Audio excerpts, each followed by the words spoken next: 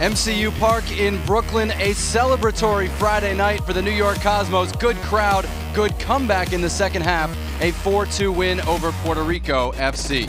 Alongside former U.S. international Janusz Mihalik, I'm Jonathan Yardley. We just enjoyed a heck of a game, Janusz. Cosmos fell behind 2-1 in the first half, came back to win it. This moves them up, temporarily at least, into second place in the NASL. What can it do for the team, big picture? Well, we've been entertained in the past. We just didn't see the happy ending here, and that's exactly what it was. New York Cosmos rewarded themselves, show mental strength, that is for sure, because once again, going behind, being outplayed, not able to find the rhythm that they normally have here at home. But again, the character in the second half, that second win, that little bit of extra, the substitutions are making a difference. It was a pretty good performance in the end, and they did stop the bleeding. We turn to the Friday night highlights, and it started on a high note for the Cosmos. 13th minute, Ayose rifles in the free kick, and you thought maybe New York was on its way, but Puerto Rico had other ideas. Quick response. A lack of concentration, individual mistakes. Gentile does a great job right there, but if you look at Richter, he'll regret that fact. He knew it immediately, because you see Puerto coming in from behind, really a little bit guilty of ball watching. The second goal, very much the same, Jonathan, as you see this develop, right? Puerto scored the first goal, sets up the second with Connor Doyle coming in for the finish. Puerto Rico FC leading 2-1 at halftime. Cosmos in crisis mode. They hadn't picked up a win on this homestand.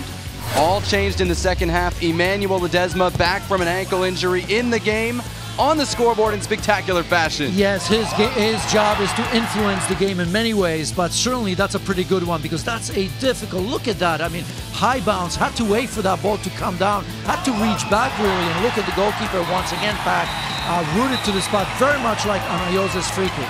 That was the 69th minute. 5 minutes later, the Cosmos' best build-up of the game. Herrera squares it for Walter Restrepo. Yeah, Restrepo really wants it. He knows he's got to fight for it. He knows it's a little bit of a 50-50. Comes in from behind by Herrera, puts it on the platter, doesn't he? Celebratory mood around this building with the Cosmos back in front, 3-2.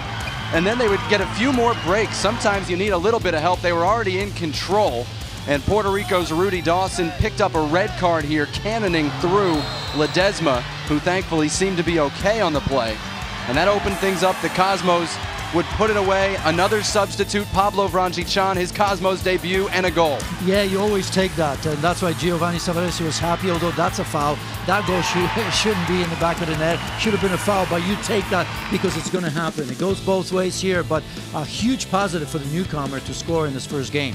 The Cosmos controlled the ball all night. They survived the physical play from Puerto Rico FC, and they got the quality chances to come away with a 4-2 win over Puerto Rico on Friday night.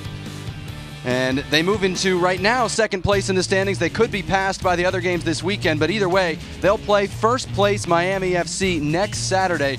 This team has been doing it all season long. Focus on the next game. That's what Giovanni Savarese told me before. It's same here, although with that little bit of a momentum and knowledge that New York Cosmos have beaten Miami in Miami already this season.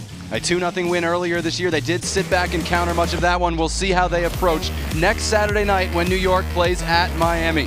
For MSGNetworks.com, Cosmos 4, Puerto Rico FC 2, the final.